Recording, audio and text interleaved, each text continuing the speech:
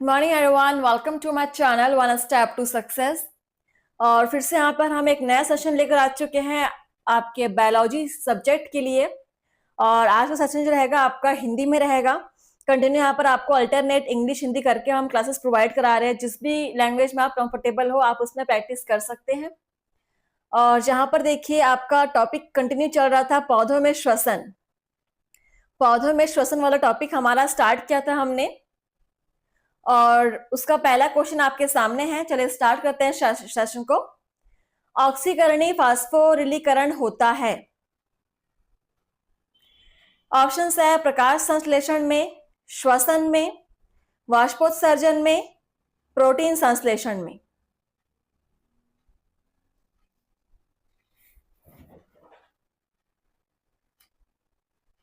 ऑक्सीकरणीय फास्फोरिलीकरण किसमें होता है?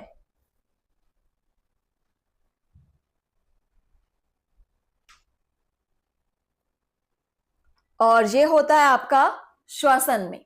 बिल्कुल, ऑप्शन बी इज करेक्ट, श्वसन में हो जाएगा। नेक्स्ट है आपका क्वेश्चन नंबर 2। कोशिकीय श्वसन में योजक एंजाइम है। Citrate synthetase, pyruvate dehydrogenase, isocitrate dehydrogenase, succinyl thiokinase.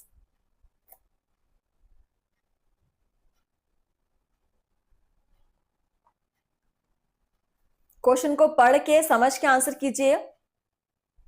चाहे आपके KVS, NVS, D triple S B, EMRS और भी जितने सारे आपके एग्जाम्स होते हैं, SSC, UPSC, MPPSC, इन सभी एग्जाम्स के लिए यहाँ पर आपका एक कंप्लीट सब्जेक्ट का आपका क्लास आपको कोर्स कराया जा रहा है। सभी टॉपिक्स पर बायोलॉजी का टॉपिक है हमारा। एंड आप देख सकते हैं ये क्वेश्चन आपके CPMT 2011 में पूछा गया है। यूपी उत्तर प्रदेश CPMT में पूछा गया है। एंड राइट आंसर हो जाएगा यहाँ पर पायरुवेट डिहाइड्रोजिनेज। कोशिकीय श्वसन में योजक एंजाइम है pyruvate dehydrogenase. Option B is correct.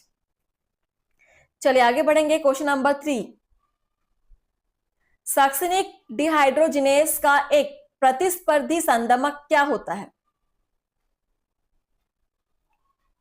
Malonate, oxaloacetate, alpha ketoglutarate, mallet.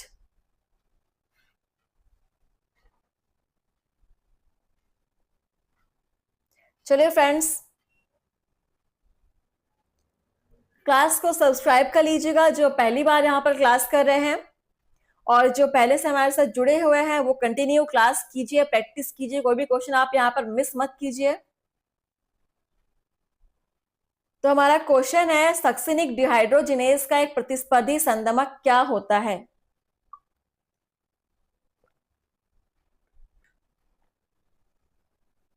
और यहाँ पे आंसर हो जाएगा मैलोनेट।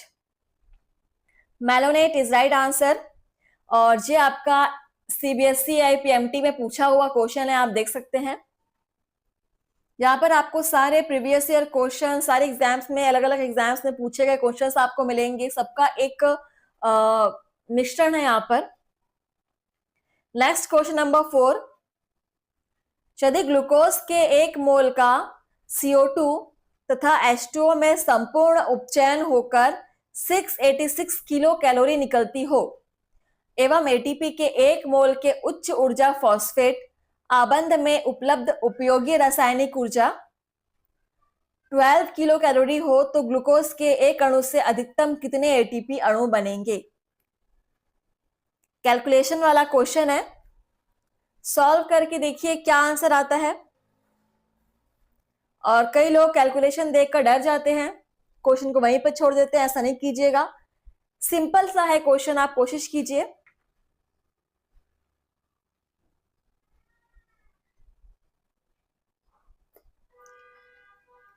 और अगेन ये आपका क्वेश्चन AIPMT में पूछा हुआ क्वेश्चन है। चलिए, सो the right answer is 30 ATP बनेंगे। ठीक है, 30 ATP यहां पर बनेंगे। Option B is correct. Next है हमारा क्वेश्चन नंबर 5। कोई भी कार्बनिक पदार्थ जो किसी एंजाइम के साथ जुड़ा और उसकी क्रिया के लिए अनिवार्य होता है क्या कहलाता है? सीबीएसई आईपीएमटी 2006 का पूछा गया क्वेश्चन है।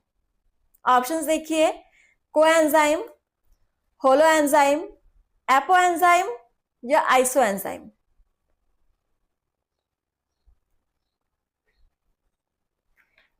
कोई भी कार्बनिक पदार्थ जो किसी एंजाइम के साथ जुड़ा हो और उसकी क्रिया के लिए अनिवार्य हो, उसे कहा जाता है कोएंजाइम। नोट कर लीजिए, the right answer is coenzyme, option first is correct. Next है हमारा क्वेश्चन नंबर 6। प्लास्टोसाइनिन में उपस्थित होता है कॉपर, फेरस, कैल्शियम, पोटेशियम।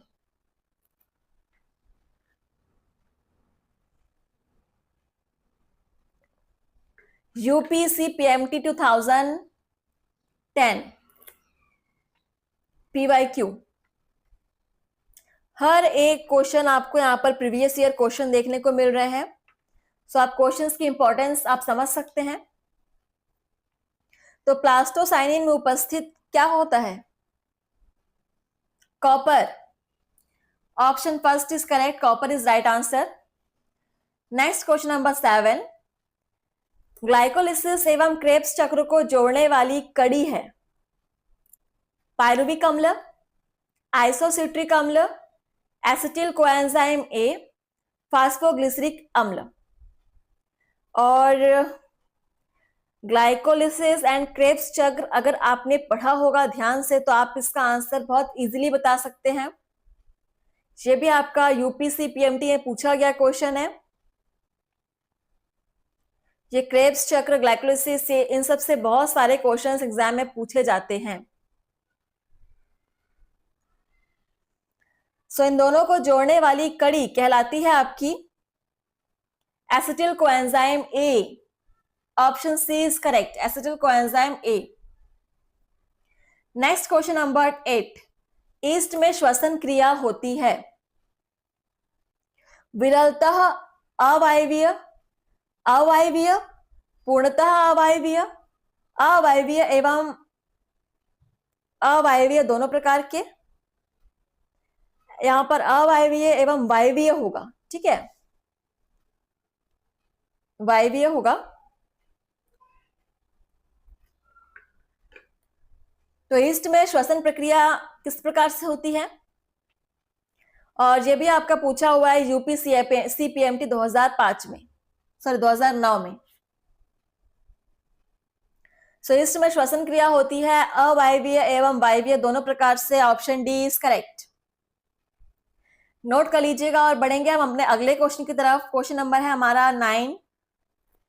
यदि तापमान 35 डिग्री सेल्सियस से ऊपर बढ़ जाए तो प्रकाश संश्लेषण की दर से गिरावट श्वसन दर में होने वाली गिरावट के बाद होगी, श्वसन दर में गिरावट प्रकाश संश्लेषण दर में होने वाली गिरावट के बाद होगी, दोनों में गिरावट एक साथ होगी, दोनों ही कोई निश्चित पद्धति नहीं करते।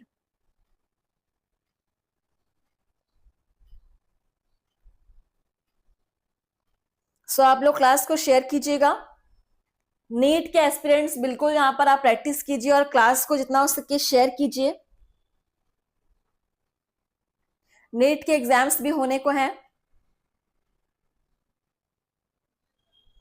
सो क्वेश्चन है, तापमान 35 डिग्री सेल्सियस से ऊपर बढ़ जाए तो श्वसन दर में गिरावट प्रकाश संश्लेषण में होने वाली गिरावट के बाद होगी, option B is correct. And next question number 10। किण्वन का अवायवीय उत्पाद है अल्कोहल व लिपोप्रोटीन, ईथर व न्यूक्लिक अम्ल, प्रोटीन व न्यूक्लिक अम्ल, अल्कोहल, लैक्टिक अम्ल व समान यौगिक। क्या है किण्वन का अवायवीय उत्पाद? किण्वन यानी फर्मेंटेशन, आप लोगों ने पढ़ा होगा फर्मेंटेशन।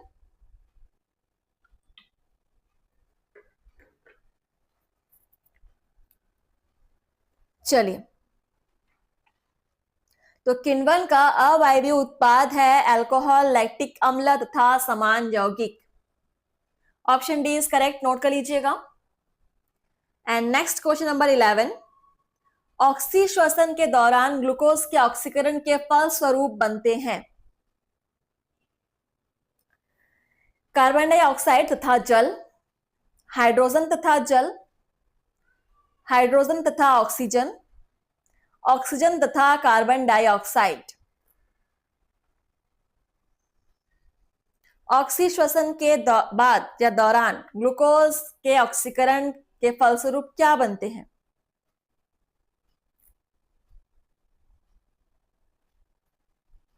कार्बन डाइऑक्साइड तथा जल बनता है, इसको आप नोट कर लीजिए। ऑक्सीश्वसन, अनऑक्सीश्वसन, ये सारे टॉपिक्स बेहद इंपॉर्टेंट है। पौधों में श्वसन से हमारे क्वेश्चंस हम यहां पर कर रहे हैं continue.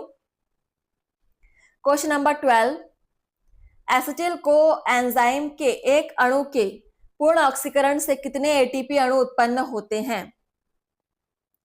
12 ATP, 15 ATP, 19 ATP, 38 ATP.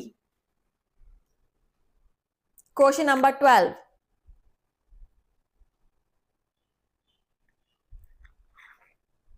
Acetyl को एंजाइम के एक अणु के पूर्ण ऑक्सीकरण से कितने एटीपी अणु उत्पन्न होते हैं? 12 एटीपी, नोट कर लीजिएगा, 12 एटीपी अणु उत्पन्न होते हैं। चलिए आगे बढ़ेंगे। आई होप आप सभी को यहाँ पर क्वेश्चन समझ में आ जाएंगे, क्योंकि अभी हम लोग बहुत सिंपल क्वेश्चन सॉल्व कर रहे हैं। पौधे में श्वसन से टॉपिक है और क्वेश्चन बेहद ही सिंपल है, आप देख सकते हैं। 13 नंबर क्वेश्चन, निम्नलिखित में कौन अंतिम इलेक्ट्रॉन ग्राही है?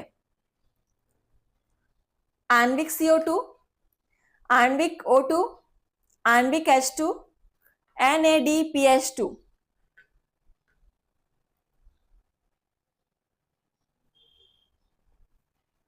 कौन अंतिम इलेक्ट्रॉन ग्राही है? एंड अगेन UPCPMT 2009 का पूछा गया क्वेश्चन है।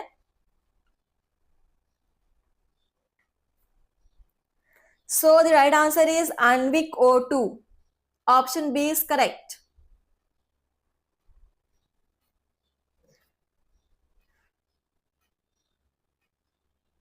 Next question number 14. अवायवीय श्वसन में कितने अणु एटीपी पैदा होते हैं?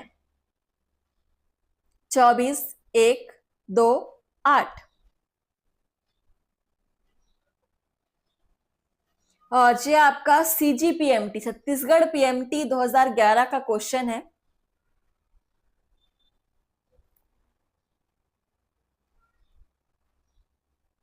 अवायवीय श्वसन में कितने अणु एटीपी पैदा होते हैं? 2 एटीपी के अणु उत्पन्न होते हैं। Option C is correct. Next देखिएगा 15 नंबर क्वेश्चन, कंपनसेशन बिंदु होता है। कंपनसेशन बिंदु क्या होता है? ऑप्शंस देखिए।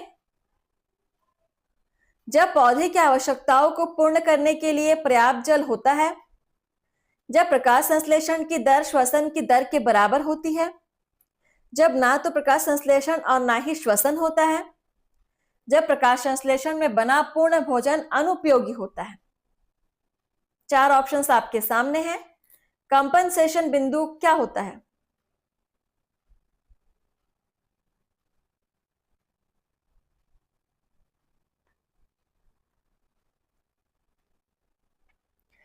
जब प्रकाश संश्लेषण की दर श्वसन की दर के बराबर होती है, इसको कहा जाता है कंपनसेशन बिंदु। Option B. And next question number 16 देखेंगे। टीसीए चक्र के सभी एंजाइम बस एक को छोड़कर माइटोकॉन्ड्रियल मैट्रिक्स में होते हैं और वह एक सुकेंद्रकीयों में भीतरी माइटोकॉन्ड्रियल झिल्ली में प्राक केंद्रकीयों में साइटोसोल में पाया जाता है। यह अकेला एंजाइम कौन सा है? क्वेश्चन समझ में आ गया? ऑप्शंस देखिए। Lactate dehydrogenase, isocitrate dehydrogenase, malate dehydrogenase, succinate dehydrogenase.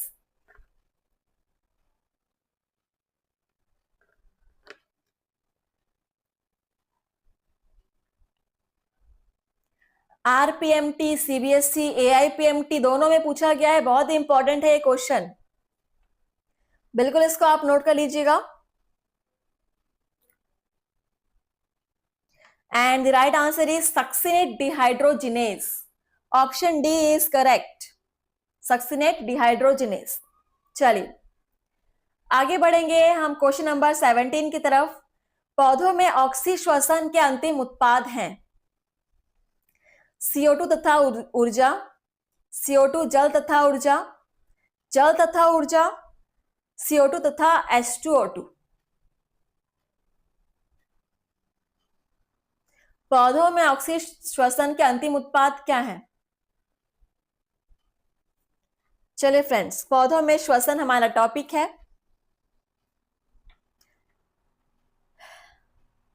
आपको कुछ भी यहाँ पर प्रॉब्लम हो रही है, आप हमें कमेंट्स के थ्रू बता सकते हैं।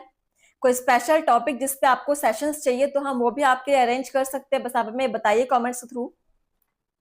एंड क्वेश्चन नंबर 17 का राइट आंसर हो जाएगा CO2 जल तथा ऊर्जा, पौधों में ऑक्सी श्वसन का अंतिम उत्पाद।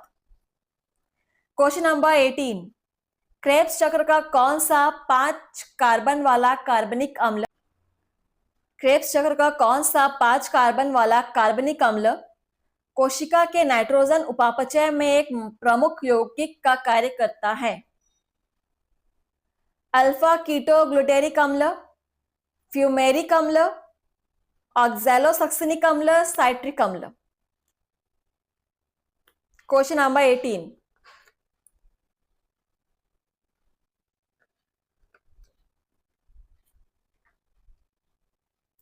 And the right answer is alpha keto glutaric अम्ल। नोट कर लीजिएगा क्वेश्चन नंबर 18 का फर्स्ट।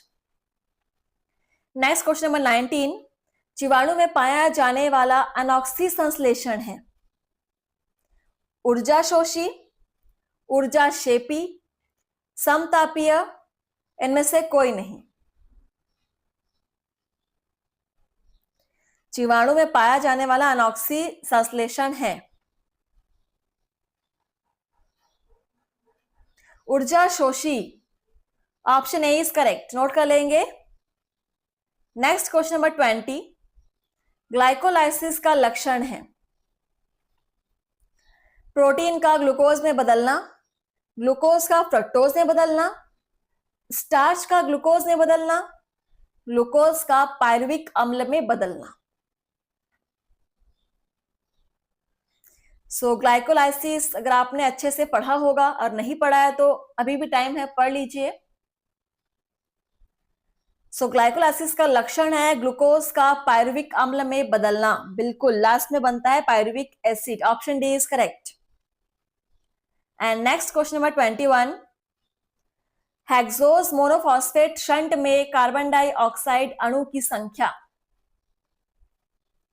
ऑप्शंस देखिए, ग्लाइकोलाइसिस के तुल्य होती है, ग्लाइकोलाइसिस से कम होती है, ग्लाइकोलाइसिस से अधिक होती है, ग्लाइकोलाइसिस से बहुत कम होती है।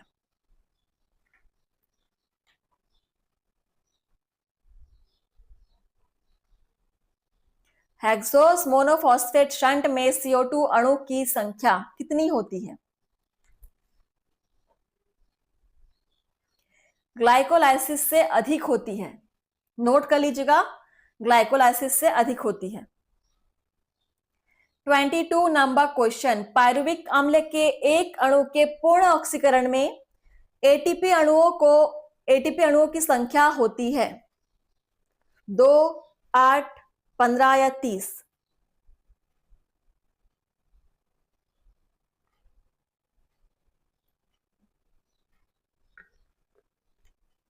चलिए, सो यहां पर एटीपी अणुओं की संख्या होती है 15। पायरुविक अम्ल के एक अणु के पूर्ण ऑक्सीकरण से 15 एटीपी अणु प्राप्त होते हैं। क्वेश्चन नंबर 23, क्रेब्स चक्र को कहा जाता है, बहुत ही सिंपल आंसर है। ऑप्शंस देखिए, TCA चक्र, सिट्रिक अम्ल चक्र, ट्राई कार्बोक्सिलिक चक्र या ये सभी। और इसका आंसर जिसको नहीं पता है समझ लीजिए वो आपकी पढ़ाई इनकम्प्लीट है अगर आपको इसका आंसर नहीं पता है। क्योंकि क्रेब्स चक्र को इन सभी नामों से जाना जाता है।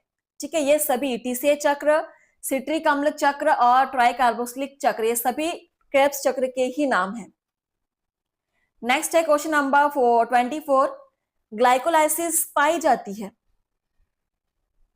माइटोकॉन्ड्रिया में, कोशिका द्रव्य में, ए व बी दोनों में, राजधानी में। कहां पर होती है ग्लाइकोलाइसिस की क्रिया या कहां पाई जाती है? देखिए, एक कोशिका में जो ग्लाइकोलाइसिस की प्रक्रिया है वह हमेशा कोशिका द्रव्य में होती है, कोशिका द्रव्य में। नोट कर लीजिए, इसको दिमाग में बिठा लीजिए। नेक्स्ट है क्वेश्चन नंबर 25।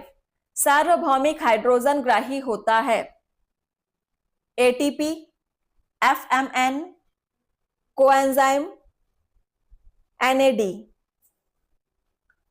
सार्वभौमिक हाइड्रोजन ग्राही जो हाइड्रोजन ग्रहण करता हो सभी से।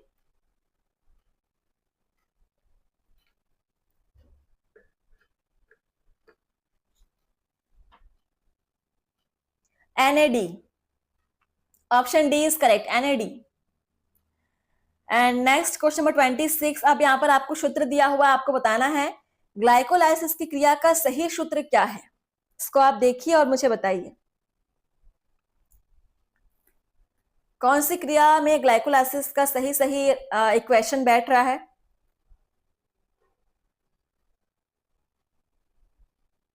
इस टाइप के भी क्वेश्चंस बनेंगे एग्जाम में, सो आप हर तरह के क्वेश्चंस के लिए आप प्रिपेयर रहिए, प्रैक्टिस कीजिए, और कहीं भी आपको प्रॉब्लम हो रही है आप हमसे डिस्कशन कीजिए। चलिए, टॉपिक चल रहा है हमारा पौधों में श्वसन का, और आज के सेशन के 1-2 क्वेश्चंस बचे हैं, फिर हम नेक्स्ट सेशन में कंप्लीट करेंगे इसको। तो ग्लाइकोलाइसिस की क्रिया का सही रासायनिक सूत्र हो जाएगा C6H12O6, और हमारा प्रोडक्ट बनेगा 2C3H4O3 + 4H। Option A is correct. Note कर लीजिएगा, स्क्रीनशॉट ले लीजिए। चलिए, अगला क्वेश्चन है हमारा 27। ग्लाइकोलाइसिस व क्रेब्स चक्र के मध्य कौन सी कड़ी है? ये हमने पहले भी किया हुआ है, क्वेश्चन इंपॉर्टेंट है। सिट्रिक अम्ल, एसिटिल कोएंजाइम, सक्सिनिक अम्ल या ऑक्सैलो एसिटिक एसिड?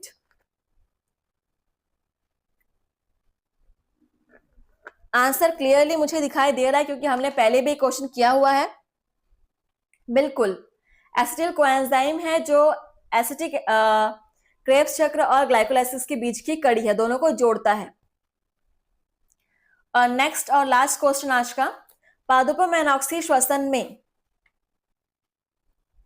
ऑक्सीजन भीतर ली जाती है, ऑक्सीजन बाहर निकलती है, CO2 बाहर निकलती है या CO2 भीतर ली जाती है? पादपों में अनॉक्सी श्वसन में क्या होता है?